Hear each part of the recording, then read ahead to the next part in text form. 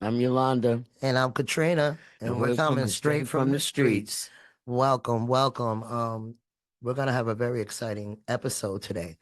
But before we get started, I just want to say you can access all of our podcasts. All you have to do is like and subscribe, and you can get our Meditation Monday and every podcast that we bring to you. How you doing today, Londa? I'm doing very, very well. How you doing? No, I'm doing great, man. I went to AC and got in the ocean and let the waves just wash away my cares. And it was much needed. Some sun, away from everybody, just a peace of mind. It was well worth it. I So, hear you. yeah. So, how was your fourth? I don't celebrate the fourth. I really don't. You see, I laughed when I said that, right? Yeah. Because I don't celebrate the fourth either. Ain't I no didn't even go independence. see the fireworks. I Right, right. Ain't should no have went a couple independence for places to us. see fireworks. So, Yeah. so today we have legislator Greg McCollough in the building. How you doing, Greg? I'm doing Welcome, Greg. welcome. Um, I know I look serious all the time, and it's always going to be that way because I know that there are people in need, and like I said many times when I spoke at City Hall, that I'll smile when everybody's housed, they have food, they have mental health care, child care, and transportation to get what they need to get. Um, until Oh, then, I'll have a serious look on my face. all right now. So we gonna welcome Greg straight to our podcast, straight from the street. And the blessing in it is like Londa said, he's with the Ulster County Legislator. Um, Greg is a community member. He's been here forever and ever. Greg has an outreach. And I'm gonna let Greg tell you about Greg. Greg. Okay. Okay, I'll start with many people don't even know I have a 9 to 5. I make it look so easy, but for me, it's planning my work and working my plan. I have to plan things because there's so much going on. My 9 to 5 is child welfare, and what I like about them is not the child welfare that tries to take kids out of the home. They try everything to keep them together. And what I try to promote here in Kingston is if you're working with children, don't just work with the children and send them back to a broken home. Work with the family, the whole family. Um, the better equipped the family is, the better the unit is. Because just helping the children and sending them back to a broken home is not going to work. Good for the kid, but for how long? So how does that system work? Like, is it where you go into the house and you help the parents to do what they need to do? Well, that's the funny part. I'm not actually the one. I'm behind the scenes in the fiscal office, so we pay all the bills so that those that are hands on um, are able to do what they need to do. Family is important, um, especially when you're young. I had a pretty good childhood, not rich or anything, but our mother took us out on weekends to movies, to Beefsteak Charlie's, place like that. Oh, I remember So beefsteaks. so we can those are memories, and memories are important for children. So the more positive um, memories they have, the better. And then when they have children, they can carry that on and such. The traditions Yes, and yeah, you don't have to be rich to have a good time or to create great memories. not at all, because I try to do that with my It, grandchildren, it's so I it's definitely it's understand. more important to give the time. If you have money to give, that's fine too, but that's not the answer. Um, and because I work at the 9 to 5 child welfare, my hands are not on. I created my own outreach program where I help people with clothing, house items, food, furniture. Was the first community fridge in Kingston, and then other ones popped up at the 122 Clinton, then downtown, then that one moved somewhere else. people call from Rosendale to see how they can start, and then New Paltz has some people started doing it in their garages. So you kind of set a trend. Yes, if you and A good trend. and the thing is, A helping hand trend. I'm not afraid to be the first. And then now in legislature, 7 months in, Well, before you get into legislative, what is the name of your outreach? Beyond the Four Walls outreach program with the number 4. And why specifically the number 4? Oh, I call it Beyond the Four Walls because a lot of times people may get mad when I say this, but I'm speaking Speak the truth. That's straight why from we're the here. streets, straight from the streets. A lot of times you have government buildings, DSS, for example, churches. They operate behind the walls, and people that don't go there miss out. Right. So we're beyond the 4 walls. So, like the other day, we got a bunch of sandwiches from an organization that had extra. My right-hand man, Pepe, shout out to Pepe. Okay, Pepe. We took the sandwiches. It had sandwiches, had a fruit in it, a drink, and I think salad or something. Nice bags. We took them to the park right next door to Radio Kingston. Okay. We walked Academy Green and handed out to the people. We had enough to give people some for then and for dinner. All right. So that's what it means, beyond the walls. If they don't come to you, you go to them. You go to them. We know where they are. We know right. where they are. All right now. That's good. I like That's that. good. And I always wondered, with the name, and I like that. I really like that, Greg. I'm not going to get stuck behind the walls or in a box. I love people, and I always want people to know that, and I'm going to show it. I'll do whatever I can for people. They deserve the best of everything. So is that why you ran? I ran so that I could be a voice for the same people that need not only what we're providing, but they need a true voice at the table. It's one thing to vote on this, yes, no. Every time I vote, I'm thinking about what that yes or no, how that's going to impact the people I'm responsible for. But even though I'm District 6, every yes or no that I say affects all of Ulster County, because my yes or no could be the deciding vote of if this passed or not. Okay. So my mind is, I'm always thinking outside the box. And that's not something you can teach, but you can put it into practice. Right. So what is it like when it's time to make the tough decisions? And I know that there must be some controversy at times because, again, you're a straight shooter. Mhm. So I know the same way that you talk to us in the street is the same way you're basically talking to them. Yeah. So, like, what's it like? First, I'm going to say that I meet with Jen Meska every once in a while. She checks to see how I'm doing. And I remember I told her, and this is why they get the respect. I said, the person that people voted for is the person I have to remain, because that's who people voted for. And she said, you should. Okay. So after that, they get utmost respect for that. And let's say it again so I can answer it the right way. Like the controversy. Okay. Because here's one controversy. I'm speaking for me. Right. That's all you can do. When I vote, it's not Greg's vote.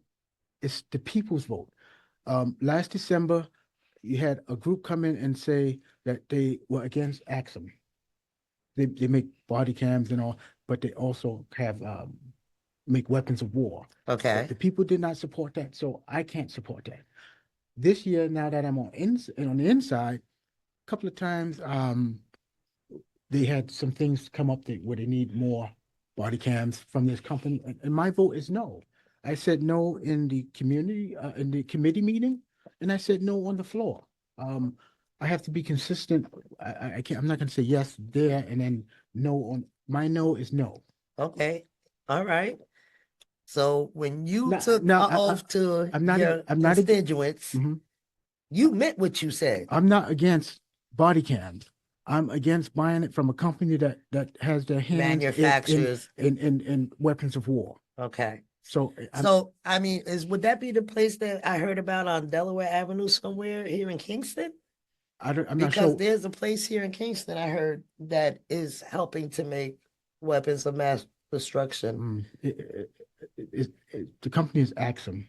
Okay, so I don't know too much about Axum, but I'm in agreement with you. Body cams might be needed because it's helping to We just have to find protect somebody else. the community as well. But yeah, so it's nice to finally sit down with somebody. Well, I can't say that because we sat down with Sarah Hannah and we sat down with Gabby and we sat down with some others.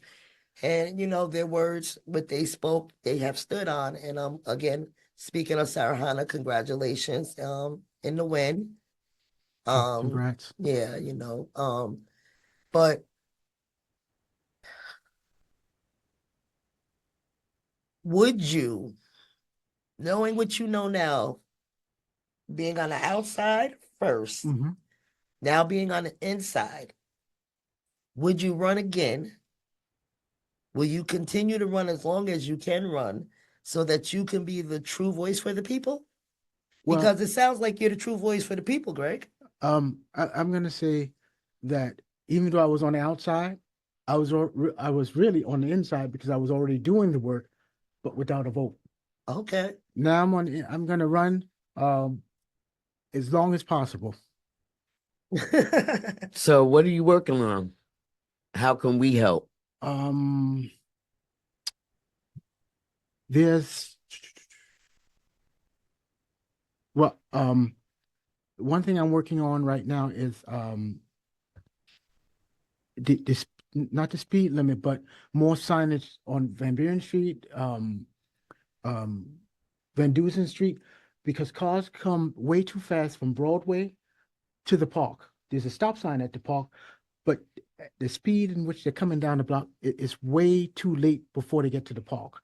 So we need signage that says slow down, children at play, so that they come down there at a reasonable rate.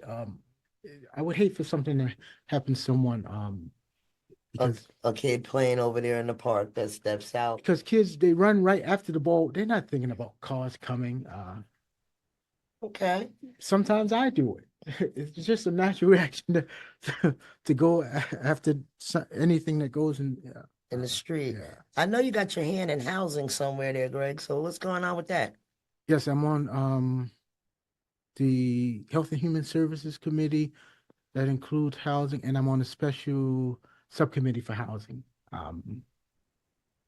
We're a couple of meetings in on that. What I would really like to see is more people come out to the meetings. The next meeting is next Tuesday, July 16th, 7 o'clock. Where? The county building, 6th floor, chamber.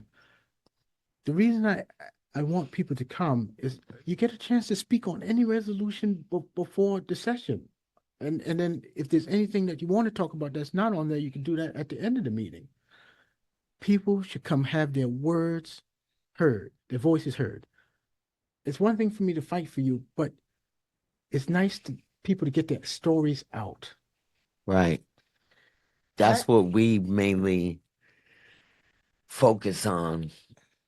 Impacted people with serious issues that need to be heard. That was the sole purpose in this baby right here, straight from the streets. Mm-hmm. And I mean, there are a lot of us that do go to the meetings, and there are a lot of us that do speak out. Even if they don't, they should at least live stream.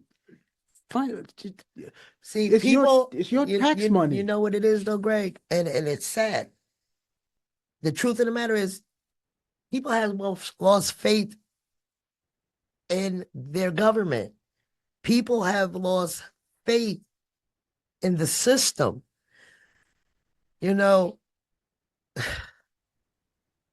Housing is a human right. Yes. Mental health is a human right. Yeah. And Not saying you, because we know you're for the people, but there's so many people that we vote for that say they're going to do what they're supposed to do, and they know it's urgent, and they know it's an emergency, and it got to get done, and they still sitting there with their legs crossed, sitting back, relaxing, sipping on chai and latte and mochas, and because their lives is all right. They're not thinking about the person that's sleeping outside right now. We've had 100 heat waves. There's no reprieve for these people that have no homes. They can't go in a house that is at 66 and kick off their shoes and say, thank you, Lord.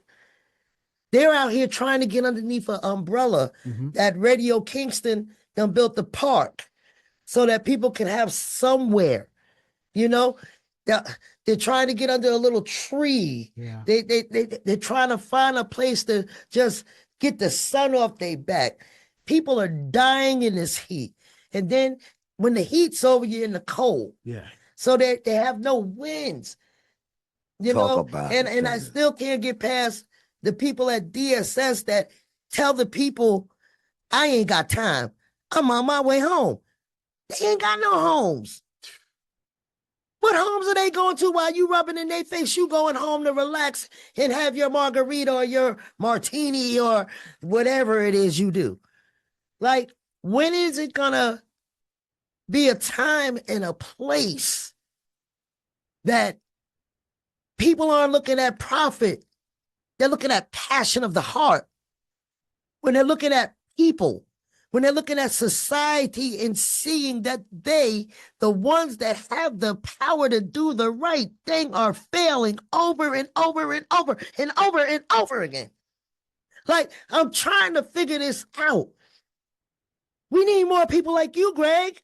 Straight from the streets. That when they go into that office to do what they say they was going to do to get the vote, that they're doing it. And it hurts. It does hurt. It hurts because no lives matter to these people. No lives. If they're not in a certain category, they still look down on the white folk.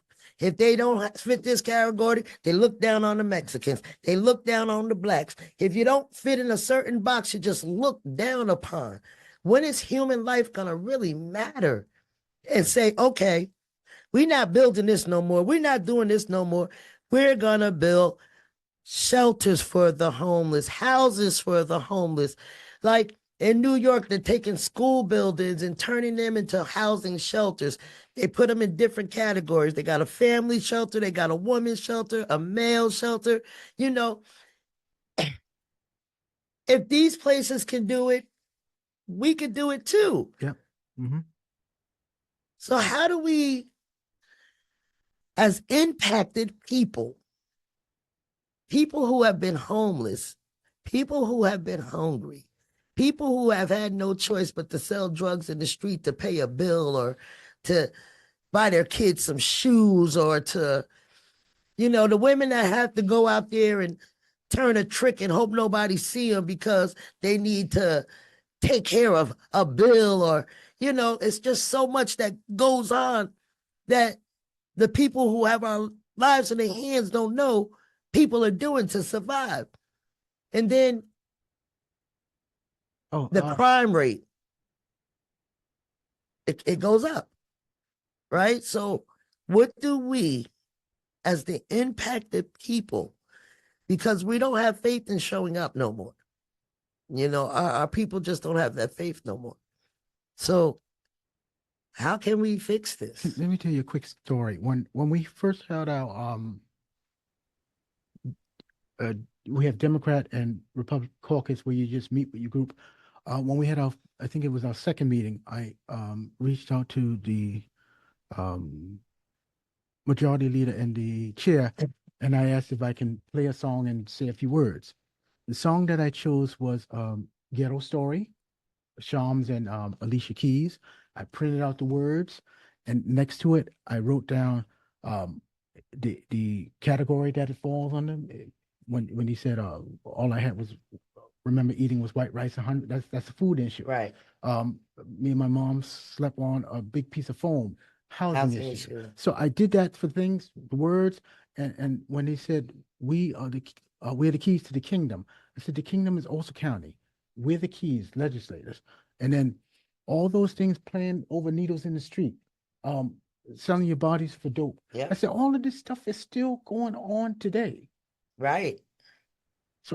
So I sent the message. I believe they got it. I speak to all of them one-on-one, just to see where they're coming from and to let them know where I'm coming from.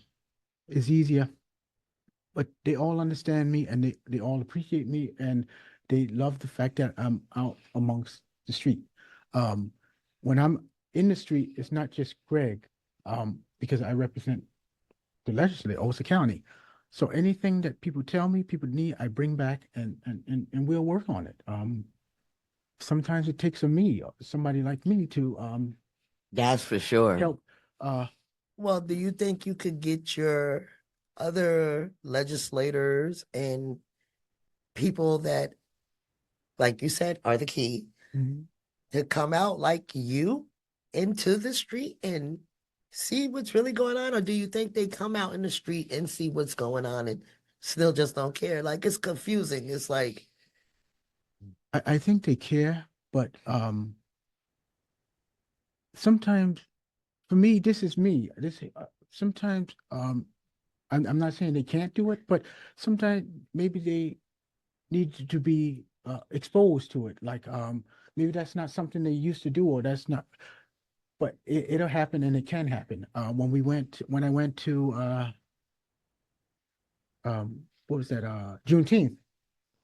The chair of the legislator was there. I got to speak that day. He spoke. Pat Ryan spoke, and someone else spoke. Noble. I was there. And Noble, Steve Noble. yeah. So, but anytime there's something going on, I'm there. If I know about it.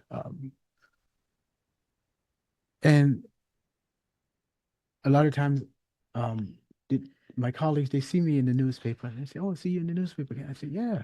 But see, the difference between you and them, and I can see this because I'm in the street. You're out here talking to people. They only come out when there's cameras. Why do we only see y'all when there's cameras? They're not out here walking the street like you. And I'm not trying to put you on a pedestal or nothing, but you, Phil, when he was in office, these are people that I seen come outside and talk to the people underneath the bridge, talk to the people that's on the benches sleeping. Like you said, you're bringing meals to people. I had a thing I went to on Cedar Street with DSS and other legislators and people like that. And I introduced a homeless family. And you might have been there too. Because I think you might have helped them too. The homeless family. There was the husband, the wife, and the son. And nobody up on the panel went in their pockets to give them anything. So they're not like you. Because you're about really helping the people out here in the street. So, to tell me where they showed up at Juneteenth, that ain't props for me. Because if there wasn't no cameras there, if there wasn't no newspapers there, if it wasn't nothing there to make them look good, they wouldn't have showed up because they don't care about that. Because, you think Juneteenth is more important than housing? That's saying a whole lot. That's saying a whole lot. Y'all show up for Juneteenth, prides. But what's going on with housing? I'm not sure what they do in their district, but no, I know. I'm just pointing it out. Like, you're out here. We should support each other. Right. Each one teach one. Like, there was a conflict out here in the laundromat parking lot, right? And the lady was acting all erratic and crazy and all this stuff. And I was like, wow, I could be a Karen too. This is what I said to her. She said, ah, you called me a Karen. You're racist. I said, no, ma'am, I'm not racist. I said, but the way that you're acting right now is Karen mode. You're being racist towards this Jamaican woman you know nothing about. You're saying things that are hurtful. So what? She said, well, you're racist. I said, how? I said, you see that woman right there? I love her. She's Mexican. You see that gentleman right there? Yeah, me and him could have fun. He's a tall, white, slim tree right here. Uh-huh.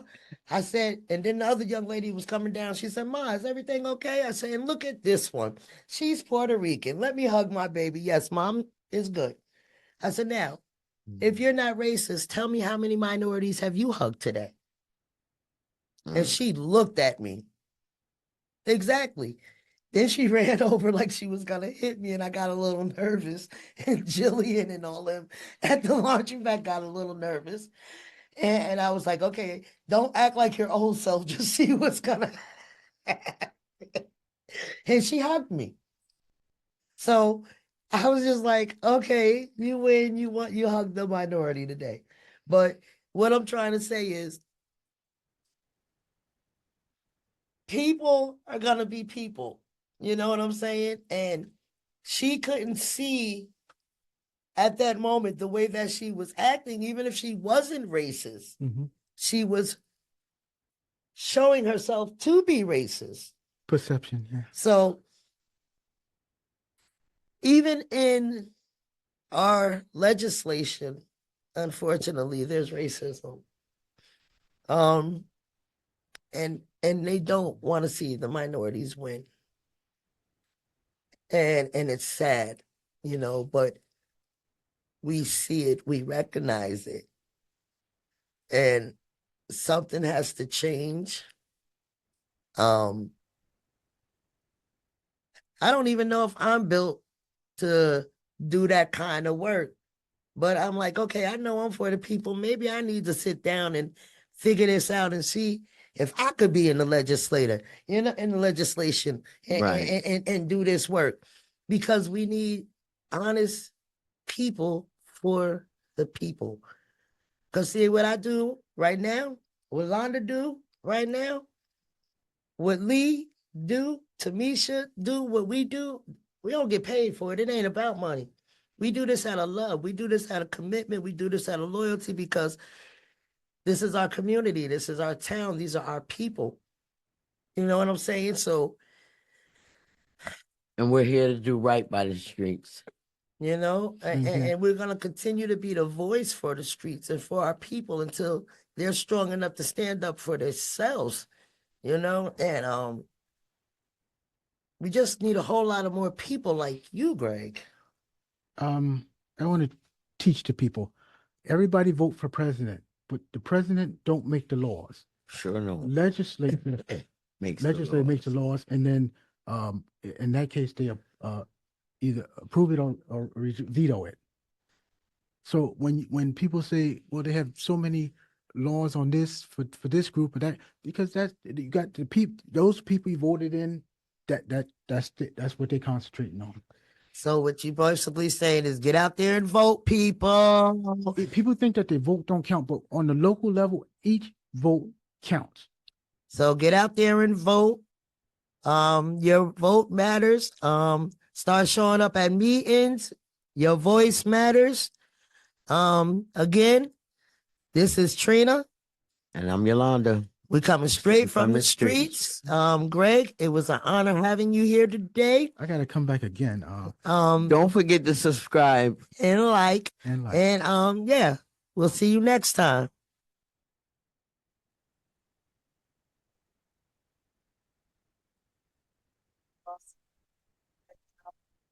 Thank you, Greg. They're gonna really hate you in the legislature. No, they know who I am. They